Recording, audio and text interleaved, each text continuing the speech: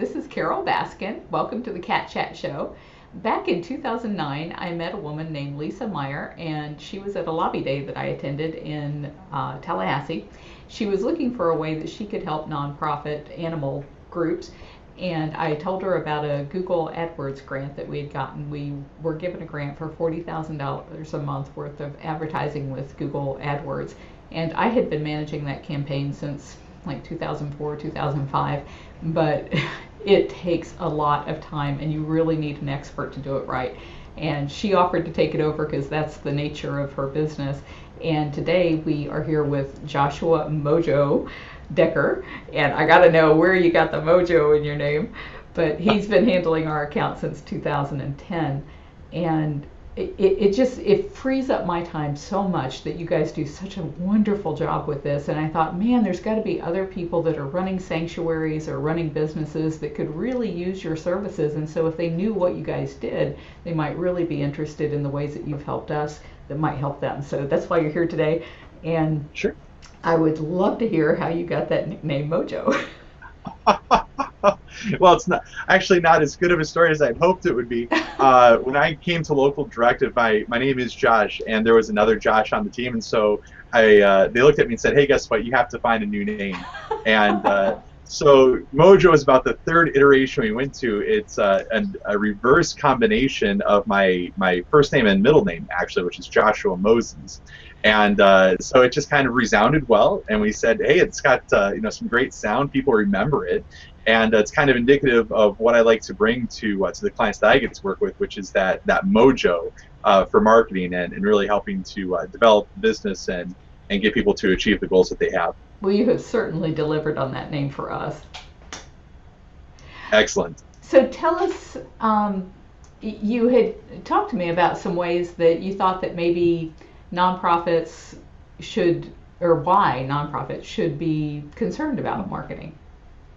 Absolutely. Yeah, one of the things that I've found as I've worked with a number of different nonprofits is that the focus on effective marketing oftentimes isn't there. A lot of times nonprofits will go back and look at and say, well, we need to do traditional networking, we need to do the dinners, the fundraisers, those kind of things, but there's this real void of understanding what the modern context of marketing may look like in today's society. And while all those things are still good, doing the fundraisers, doing the mailers and all that kind of stuff, there's a real opportunity through technology-based marketing for nonprofits to really reach out beyond what they used to be able to do, to really get in with, instead of only hitting kind of the higher echelon, if you will, of society, really getting down to everybody who might want to help a nonprofit, whether it's through volunteerism or through donations or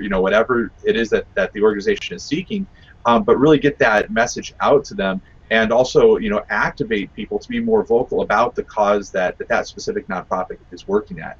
All of that comes down to having really an effective presence online and delivering content in a way that people can engage and take action on. You're so right. I have seen such a tremendous difference between what our life was like before the internet and what it's been like after the internet. And we are so fortunate to live in this day and time. And most of the sanctuaries that I know of have been around through that transition. But right. I don't think many of them have really embraced online marketing to the fullest extent that they could. So how could they? I mean, there's so many ways that they could benefit from this, but sure, yeah. What are ways that you could help them benefit from this? Yeah, well, we at Local Directive, I mean, we can help in any way that you can imagine. Going back and maybe looking at that question, how could they benefit, or what are the things that they could do that would impact their organization well? Man, there's so many opportunities out there. I mean, Big Cats has obviously benefited from the philanthropic arm of Google. And that's constantly available. Nonprofits, even startup nonprofits, can apply and say, hey, can you give me some funds to help make my cause more known? Now, obviously, they're selective, so not everybody gets that. But those kind of opportunities are constantly out there. Other organizations are always looking for ways that they can benefit nonprofits and well, and obviously different organizations have different criteria for what it takes to to receive their grants and those funds. But even beyond that, there's a lot of ways to activate a community to really start rallying behind you, and that's when we start getting to things that actually, Carol, you do really good at. I've been really pleased to watch as Big Cats has developed on social media and really engaged. And I was looking earlier today actually at you compared to a number of different international organizations, and in my humble opinion, you actually exceed a lot of them in a lot of ways. But it's building that strong community of people who are passionate about what it is that you're passionate about. So whether that's building an effective Facebook page or being on Google Plus, being on Twitter, by getting them involved, right? There's also, I don't want to say new, but for a lot of people it's a new concept, the idea of crowdfunding, right? So things like Indiegogo or Kickstarter, and there's a number of them that are specific for just nonprofit organizations that they can do from a funding perspective. And a lot of those are very dependent on the social media side of things to help get the word out. And I mean, we've seen just incredible things happen with nonprofits that decide to go down those roads to, I mean, just exploding. And I mean, pointing a case from the crowdfunding perspective, I don't know if you've seen it.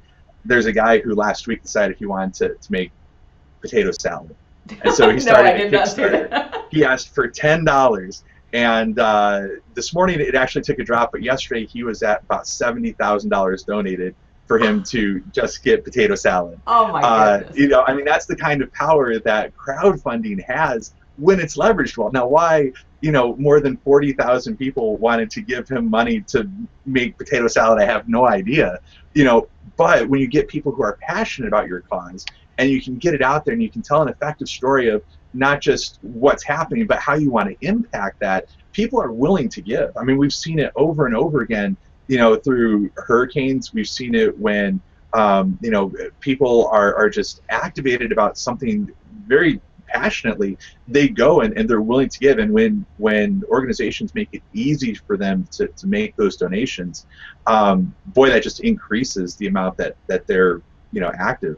And that goes both not just with funding, but also with the volunteerism, right? When an organization can make it easy for people to get out in their community and be an activist within their community, whether it's physically or through social, or projects that they can be involved in. A lot of that nowadays is strongly being funded by the enhancement of social media and the enhancement of content being available to every person in a greater way than it was before. I hadn't really thought about it from a perspective of volunteering before, but that's one of the things that a lot of organizations will ask us to come in and speak about, because nonprofits our size that deal with animals typically have about 30 paid staff, and we only have 14 paid staff, and we rely entirely on volunteers and interns to do all of our animal care. And that's just unheard of out there, and yet we have such tremendous people that we're able to be so selective as to who we choose for those programs. And I bet it's because of all of the social marketing, because people see that and it's like, well, that looks like fun. I'd really love to do that. So absolutely, it's probably helped us a lot when I didn't even realize that was what was carrying that. Sure. Yeah, and if you look back through not just sanctuaries, but through relief organizations that help children, or other sorts of relief organizations, a lot of what activates people to help is that visual of here's the problem, and here are people who are helping, and how easy it could be for you to help as well. And so, with the increase of social, we've actually seen a huge uptick in the impact that it's been having on these organizations. What do you typically do in the course of your day? Like when you're managing my account, what are you doing that is driving all of that traffic there?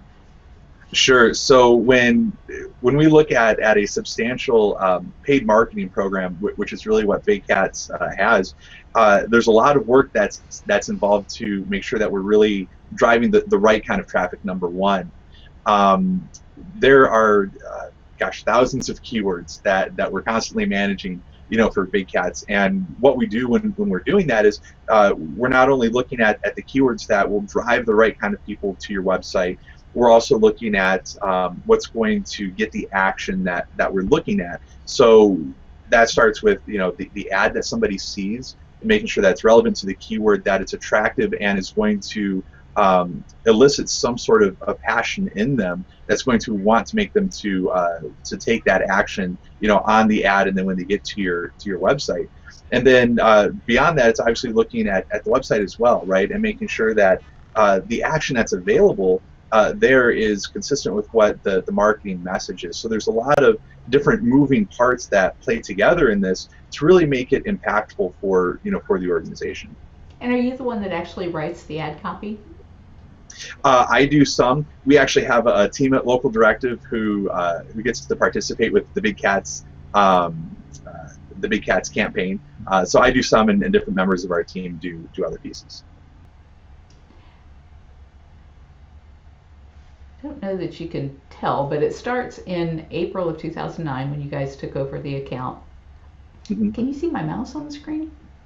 I can, yep. Okay. And it was, you guys started climbing right away. There was a big drop off here, and that was not your fault. That was because I was trying to change over our website to a different CMS, and it changed all of our page names, and then the thing didn't work at all, and I tried again in 2011, and I dropped it again. And then there was like this whole year-long thing where we had so many visits coming into our site that none of the hosts that we had could handle it, and it was just crashing every single day. And even though you guys were out there sending all this traffic through all the paid ads that you were managing for us, we weren't getting the benefit of it because our site was just toast. And so it wasn't until this point here that we got a CMS that works, we got a web provider that works, we use Flywheel now, which is wonderful. And you can see that it's escalating tremendously. So I shudder to think what this could have been if we hadn't had those huge hiccups. Sure. But I'm so pleased with the amount of traffic that you have been able to send to us by managing those so well. And then I had brought this up because it showed the different campaigns. So for people that don't really understand how AdWords work, I thought you might be able to explain how you set this into different campaigns and how you pick different amounts to spend on each one and that sort of thing.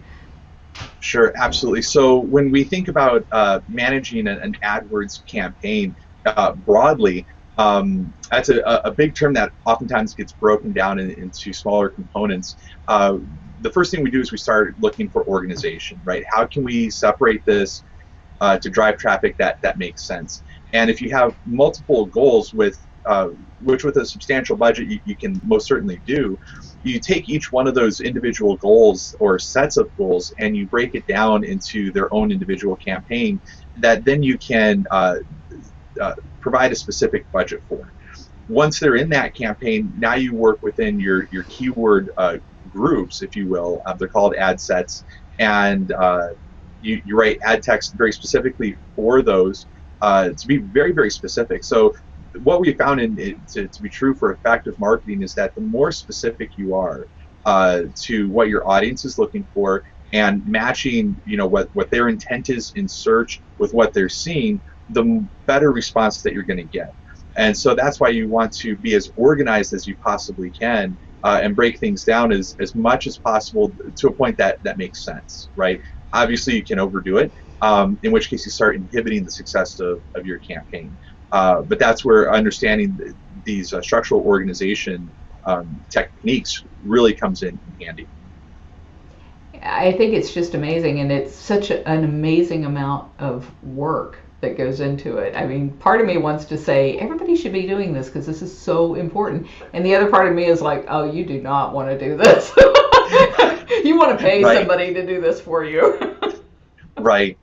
Well, and you mentioned two things I want to touch on really quick. One, going back to your website and some of the struggles that you've had with your site, with nonprofits having the what I like to call the viral capacity that they have, meaning people are going to really enjoy talking about you, and they're going to really want to engage with you. The amount of traffic and bandwidth that a nonprofit is going to have to be able to sustain compared to a normal for-profit business is much greater. So when it comes to building your website, understanding what your needs are is exceptionally important, so that when you build that site, you understand that your hosting can handle exactly what it is that you're looking for. And even within a good host, different plans offer different things. And so it's really that combination of ensuring you're on the right host with the right plan that's going to be able to give you what it is that you're looking for. Now, is that part of what you guys offer? Do you offer all of that kind of advice to people? Because I can imagine so many people are out there with sanctuaries thinking, I have no idea what you're even talking about. I just pay Yeah. $5 a month and that's my hosting. Right. No, absolutely. When we work with an organization, one of the things that we can most certainly advise on is, what is the right hosting solution, and some of that comes back to, okay, what are the needs of your site, both from a traffic perspective as well as from a function perspective, and then ensuring that hosting provider can deliver what is needed. Absolutely. Great. Do you work with a lot of nonprofits? I get the opportunity to work with a handful, yes. This was the breakdown of how social impact, or it's not how it impacts, but it's the for the Google AdWords campaigns. It shows you how many of those leads are coming in from social sites like Facebook, YouTube, Reddit, TripAdvisor, Care2. I've never even heard of Stardoll. I don't know where that is or how that sends so much traffic. It's amazing to me. Yep. There's the great thing about social is that once you start getting known, your audience can take you and share you on so many other places that, like Stardoll, that you maybe have never heard of. All of a sudden, it can be a great source of continual either revenue or volunteers, or at least people getting informed on the issue that that you're passionate about. In this case, obviously the big cats. With social, it's very interesting that you point this out. We've mentioned a couple of times that social has become really important for nonprofits. Carol, you've had a tremendous number of people who've come and liked you on Facebook and have a pretty good audience also on Google Plus here. Did you know that about 2 years ago, the estimated value of a single Facebook like for nonprofits was over $200 in the first year? Oh, no. Wow. So yeah, imagine that number kind of grown, right? But that was based on an interview with nonprofits who really were getting into social and looking to see, okay, what has this done to impact your organization? What have you benefited as a result? And that was the average benefit that came out of that study. So wow. There really is a very strong value for having a very strong social presence for a nonprofit organization. And just, the anecdotal benefits of it are amazing. I had posted a video the other day where I was talking about a cat that had some mats on her, and what I needed was a telescoping, please don't send any more of these, I needed a telescoping back scratcher, and I gave the name of the thing that I like to use, and we got a dozen of them in the mail like 2 days later, and it was like, wow, that's just... Yep. And they've been so helpful to us in things like winning that truck from Toyota, and whenever there is somebody that's exploiting an animal someplace, when we ask our people on Facebook, hey, would you send a letter or would you comment on their Facebook page about why it's bad to be petting these cubs? Man, they get out there in the tens of thousands, and that makes an impact. It shows that people care about animal issues, and so there's just so much benefit to nurturing that relationship with those people that are your fans. And it's not just a matter of posting stuff there and people are going to love you. You have to interact with them and talk with them and answer their questions and be there for them. Right. Yeah, you bring up a great point. It's to reiterate what you just said, it's not just about posting content and hoping that people get there, right? Especially when you're first starting, if there's anybody who hasn't already gotten involved in social, there is a lot of work that's involved in just developing that initial audience, if you will, that will activate behind you and then help your audience grow organically. But part of doing that is exactly what you said. It's developing that content that they're going to engage with. So, Carol, one of the things I love seeing about the Big Cats social is just the pictures of the cats. And I mean, sometimes you've got little memes that you put up, But other times you're just talking about what's going on at the sanctuary, what's happening. You're keeping your audience informed, and also then bringing social issues, to them for them to weigh in on. So you really are looking for those areas where people can engage with you in very meaningful ways, and not just throwing content at them, just to throw content at them. And that's part of what is exceptionally important when developing a social presence if you're going to do it correctly. I know we have about 11 of our staff that actually contribute to the Facebook page. It's usually a core group of about 4 of us that do it, but some of the other people in the organization, not me, are really clever, and they will be watching what's trending in the real world outside of the cat world and use those comparisons, or bring in things about the World Cup or things that make people want to share it because they're thinking about those other issues. And so I think there's always that opportunity to be adapting whatever it is you do to what's important in people's minds at the time, so that you do get those shares and reach those new audiences.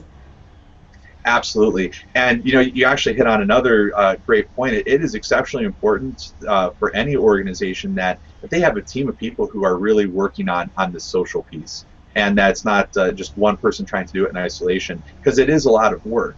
And when you can share that work among a core team, you'll have a strong social presence, but then also encouraging and empowering your volunteers to be involved as well. Whether it's, in your case, regular volunteers that you have, or potentially interns, or in the case of, other organizations that might have like event volunteers, but just giving them that opportunity where they get to help promote this organization that obviously they love to work with, and that they're very passionate about. That's some of where the power of social really starts picking up. And it really goes beyond your volunteers. It goes all the way out to your fan base. Today, Absolutely. I got an email from a guy, and he was saying that he had taken this video in his backyard here in Tampa, and he was asking me what kind of cats these were. And it was a mother bobcat and 3 of the cutest bobcat kittens you ever saw in your life. And they're jumping and playing and running all over the place. And this mother's just, she's calm and relaxed and making sure nobody gets into trouble with the neighbors. And I'm thinking, oh, when we get through editing this and sending it out, this is going to be the most viral video ever. And it came from one of our fans. So Yep. it's a very symbiotic relationship. Absolutely. Yeah. The more that you interact with your fans, the more you encourage them to participate, the more they're going to. And it becomes a very dynamic, as you said, synergistic type of relationship. So it's very fun to see when that starts happening. I had one other slide that I wanted to bring up, and it shows the difference, or the where all of the traffic to our website is coming from. So this is all for bigcatrescue.org, and I'm guessing when it says not said, it just means it doesn't know where that's coming from. Well, so sort of. The not said is Google actually hiding information. About 2 years ago, they made a change in their algorithm that said when people are searching on Google and they're logged into a Google account like their Google Plus, they're not going to report where it's coming from. Oh, wow. And so that's what the not said is all about. So these people they all have Google accounts. Yes. I love Google for a lot of reasons, but I really love the G+ format. I like it a lot better than the Facebook format, and I'm really hoping people will adopt it because it's just so much more visually stunning, I think, but it doesn't get anywhere near the number of people involved in it as Facebook right now, it doesn't seem. True. Yes. So then the organic search is somebody's just typing in something like tigers and they happen to run across us. Right. Yeah. Either on Google or on Bing or Yahoo or AOL or Ask or any of those search engines. And then direct would be that somebody has our URL, like from a piece that we've mailed to them, and they're typing in the actual URL of the website. Correct. Yep. But then it shows the paid search, number 6, and that would be what this Google grant is, right? Because we don't pay for any search, but it considers it to be paid since it's a grant. Yes. Yep. So it's had, if I'm looking at this right, it's had like the best increases. 86%, 86.3%. 0.36%. So that is actually the bounce rate that you're looking at there. Oh. Not the increase, but that's good. Let's talk about that Yeah. for a minute. So when we think about website performance and understanding, the metrics and how your site is performing, which for any organization, if you're going to be on the internet and actively marketing online, it's important to understand, what do these numbers mean? And a bounce is when somebody hits your website and then leaves, and without clicking through to another page, without doing anything else on the site. Typically, you don't want to see those very high, but different forms of traffic oftentimes have different bounce rates. And with paid search, it's very common to see a very high bounce rate because people who typically click through a paid ad are looking for something very specific. And if they don't see it when they land on your page, then they leave relatively quickly. Whereas somebody who might come in through social or somebody who might come in through organic search, typically they're more in mind to hunt around a little bit, to spend a little bit more time engaging. And so that's why your bounce rates there are going to be historically a little bit lower. And I'm not too terribly worried about bounce rates because in our case with the Google Grants, we're only allowed to send traffic to our bigcatrescue.org site. But we often want to send people to our bigcatrescue.biz site, which is our store where we can actually sell items that then benefit the cats. Or we want to send them off to a donation page where they're actually donating, or we want to send them off to a video that we've created. So when I see high bounce rates, it really doesn't bother me too much because I feel like they probably came to our site, found what it was they were looking for, and went there. That's what I'm hoping anyway. And it seems to be working out that way because financially we are doing better than we have ever done. And to the point where it's almost embarrassing when we're talking with other sanctuaries because it's been through this whole economic downturn, we have increased our abilities to pay our people better and to take care of the animals and to put aside money into campaigns, or what do you call it, like construction campaigns where we're building a new hospital and building all of this new stuff. And it's got to be because so much of this traffic is coming to us. It's not like the sanctuary itself can only handle about 27,000 visitors a year. So we're always looking for how can we generate income without driving people to our site. And that's been one of the challenges probably for you is it's easy to think of ads for go visit Big Cat Rescue, but we're like, no, don't come visit Big Cat Rescue. We have all the people we can handle. Right. Well, and in that case, it's actually one of the fun parts of being in marketing is when you don't necessarily have to just drive traffic, foot traffic, so to speak, but you can spend some time helping to educate people, right? And get them to become impassioned about the cause that you're working with, or to become activated about that cause that you're working with. So it's actually fun for our team to be able to focus on other things than just trying to drive the foot traffic in all the time, because there's so much more opportunity out there, and as you indicated, a whole lot more interest than people who can actually make their feet come in the door there at the sanctuary. What Sure. about staying above the fray of fraud within social media? Sure. Yeah. One of the challenges of being online is that anybody can be online, right? And so one of the things that we've seen, especially if you look back toward like Hurricane Sandy, Hurricane Katrina, Hurricane Rita, those time frames where social giving and social philanthropy really kind of spiked, is that a lot of people came online and didn't do what they were saying they were going to do, and so all this money was donated, but didn't actually get to the areas where it was supposed to be. And because of that, it's kind of raised the awareness in people's mind that, okay, I need to be a little bit more cautious about who I'm working with and where I'm giving money to, and that kind of thing. And so when we think about using the internet to to build awareness, to build action, potentially to raise funds for a nonprofit organization, it's important that it's not an isolated action, right? That I'm not just online because I'm trying to build money, in your case maybe for this hospital, right? But that it's a consistent thing that you're showing people. Here's how long we've been around. This is something that we intend to do, for quite some time, and this is our long-term mission. In this case, to help these cats that people just shouldn't have as pets, right? And to provide them a safe place to get out of bad situations. And so being in the marketing game for the long term really is some of how you stay away from the perception of, okay, maybe this isn't the most honest organization, or maybe this is something I need to be cautious of. It's being visible, being transparent about what you're doing, and doing so over a longer course of time.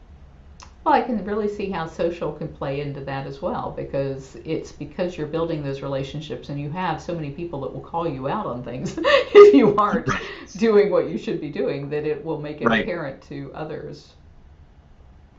Yeah. Right. Yep. Absolutely.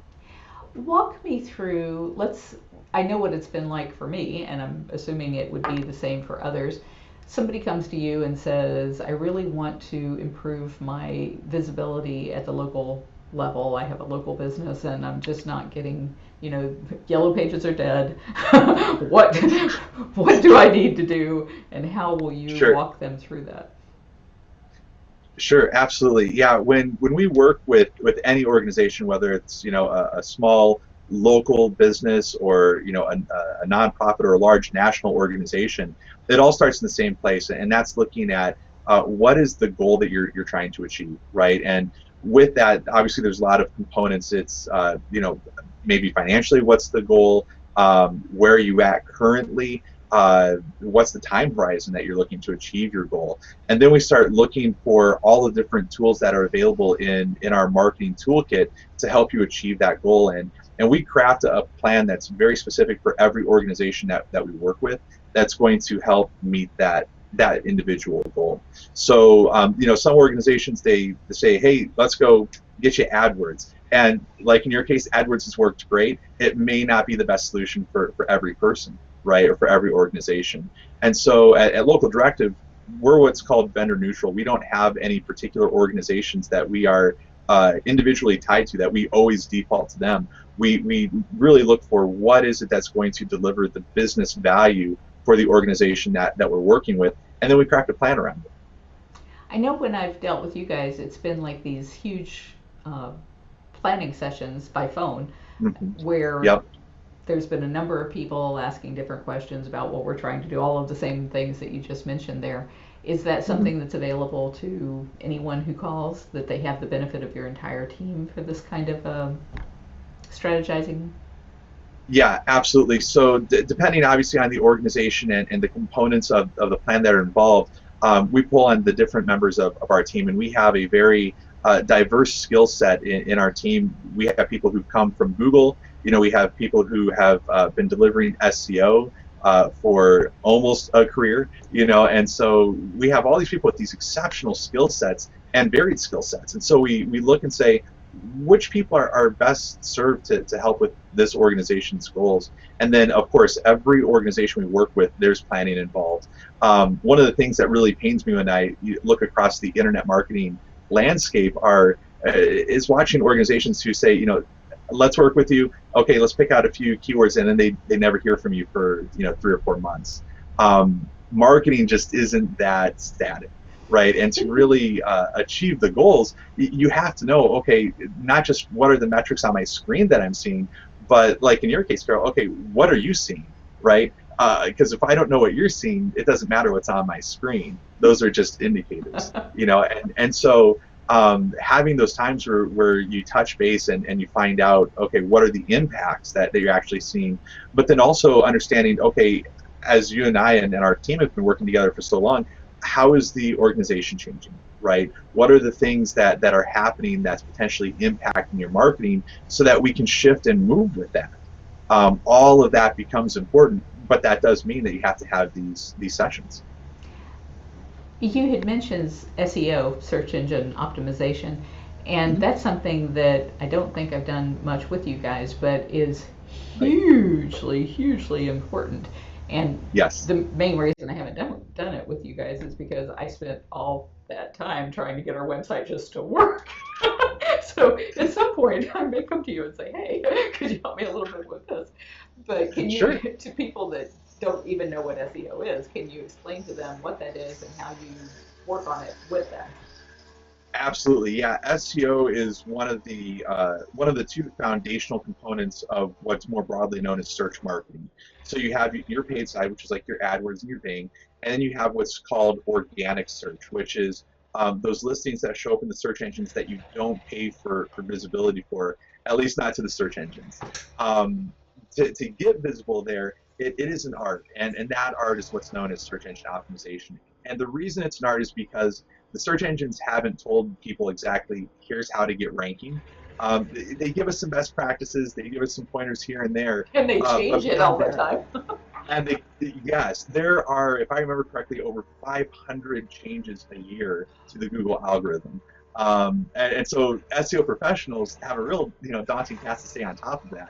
Uh, but it's that art of influence. So it's knowing those things that are going to influence the search engines to think highly of your website, and then building those signals. And so that's working on a site, making sure that it's coded properly, that the different technical components are in place, but it's then also working off the site, right, and building those other signals, like links or like social signals that you're already well on top of, that really help the search engine start going.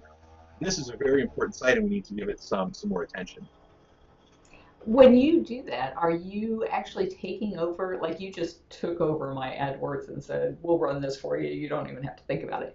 When you do Sure. that on a website, is that what you do? Do you take over the back end of the website to make sure that all of those pages are optimized, or are you just making Yeah. suggestions to the people? Well, it depends on the organization and the need that's there. So we like to be as heavily involved as the people that we work with need us to be. So a lot of times we do just take over. Most of the organizations we work with say, you know what, here you go. I'm done with it. You take it over now. And we say, hey, not a problem. We'd love to do that for you. Some organizations have an internal IT team, and that IT component takes care of their website for them. And so we'll partner with whatever the solutions are already in place and help augment those skill sets that are already there in order to achieve the goal.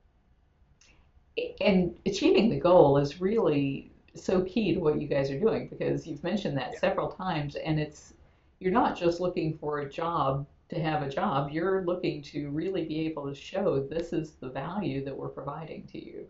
So Yeah. I can't imagine any better way for people to feel like they really got their money's worth than to be able to see the bottom line when it happens on their end. Right. That's one of the things that I love about being part of the team at Local Directive. I've seen so many agencies who are focused on, let me drive traffic to your site, or let me get you, first page visibility. Disregard the fact it's not going to convert anything for you. And these things that sound really good at first, but then they fail to make an impact on the organization. And what our entire team is focused on is we really want to be strategic partners with whatever organization we work with.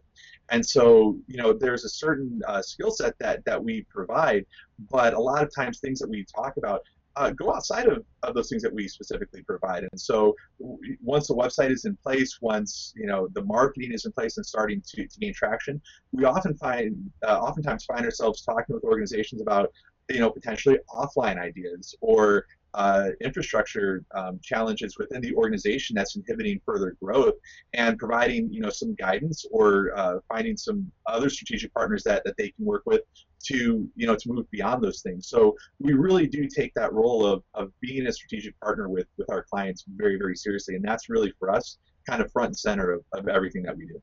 Wow. Wow. You guys offer so much more than what I even knew about since I've been so limited in what I've been exposed to. When you look across the broad range of things that you do, what are, well, I guess what I'd really like to know is how do you stay on top of those? Because here you're working every day trying to help all of these organizations achieve their goals, and yet you said you're not tied to any particular vendor, which is really great because I think there's always that suspicion that if you recommend a vendor, it's like, well, how much is the kickback that they're getting? And Right. that's not the case with you guys. So you're always looking for the best provider for that purpose, how do you spend time doing that? How do you find what's the latest and greatest and make sure that you Yeah, have those in your toolbox? absolutely. It's most certainly a team effort.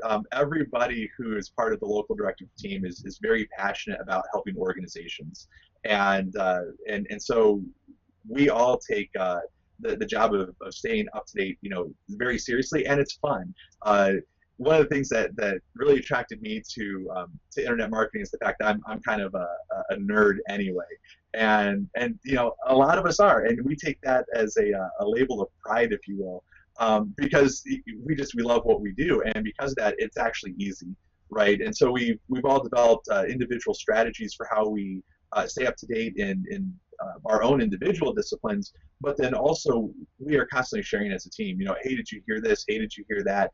Hey, did you see this latest thing that Google kicked out? Or hey, did you see the new Facebook format, or whatever the thing is? And then also being able to very easily digest those changes and be able to understand, okay, here's the impact this is going to have on organizations, and here's what people may not be able to know, or may not know right now that they should. And so that's part of why, one of the things that we're constantly doing as a team is blogging.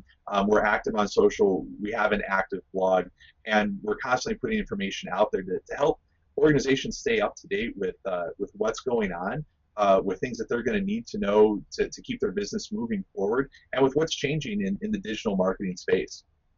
And we'll be sure and put those links in the show notes. But for people who Okay, forget to go to the show notes, because this sure. will be on Stitcher Radio and iTunes, and they may not have it like right up on their computer screen in front of them. Sure. Um, can you give us the website URL for Local Directive? Absolutely. Yeah, it's just localdirective.com.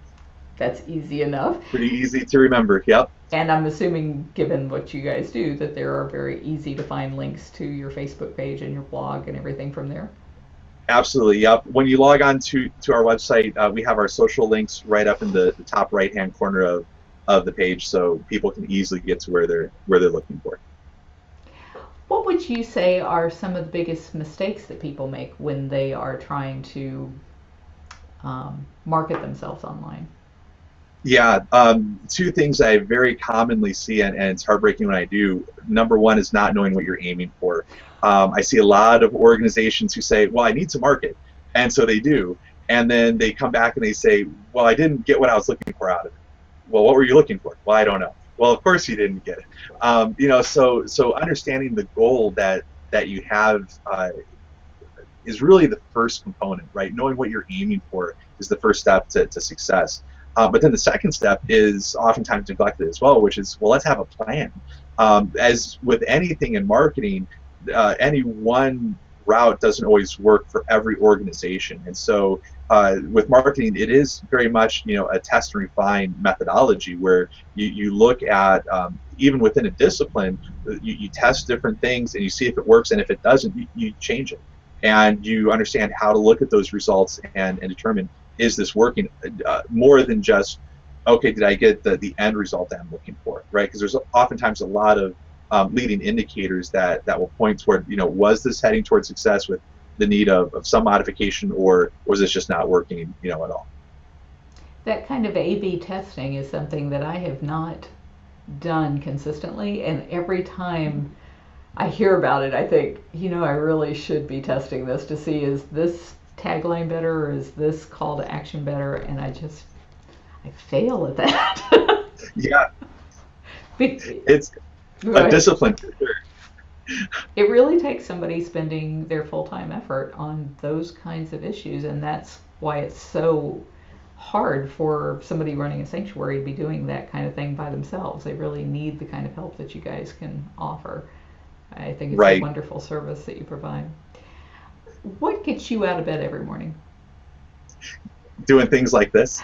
I love doing what I do. And the fact that at times I get to do it with organizations that just have phenomenal causes, behind them, both for profit and not for profit. It's both. It goes in both directions. That's what gets me out of bed, and gets me excited to work with people. Well, that's wonderful. I just can't say enough good about you guys over there at Local Directive. You've just been wonderful to Big Cat Rescue. And I really hope people will think about how important it is to be able to have the experience and the passion that you guys have for the kind of stuff that people like me look at and go, oh no, I don't want to do this. That Google AdWords thing, I've set it on alert because it says I have to log in every 30 days to keep my grant. And so I don't know Right. if that's necessary since you guys do it for me, but I log in every 30 days. And every time I do, I think, I am so glad I don't have to do this. And Yep. it keeps changing. I can't tell you how many times that whole dashboard has changed since I started in 2004 or 2005. Yep. They like to keep us on our toes, that's for sure. Well, this has just been wonderful. Thank you so much for joining me today, Josh MoJo Absolutely. Decker. Yeah. And again, repeat the URL for people that want to visit your website. And if you'd rather have people call, you can give the phone number. Yeah, absolutely. Our website, again, is just www.localdirective.com. And if you search us, obviously we'll come up first in Google. You can always call us as well. Our toll-free number, 866-925-9524. Great. Thank you. This has been Carol Baskin and Josh Decker at Local Directive. Thank you for joining us on Cat Chat. Please, if you've enjoyed the show, share it with others. Go to iTunes and give us a 5-star rating. That would be fabulous. And Stitcher Radio as well. And until next time, bye. Bye.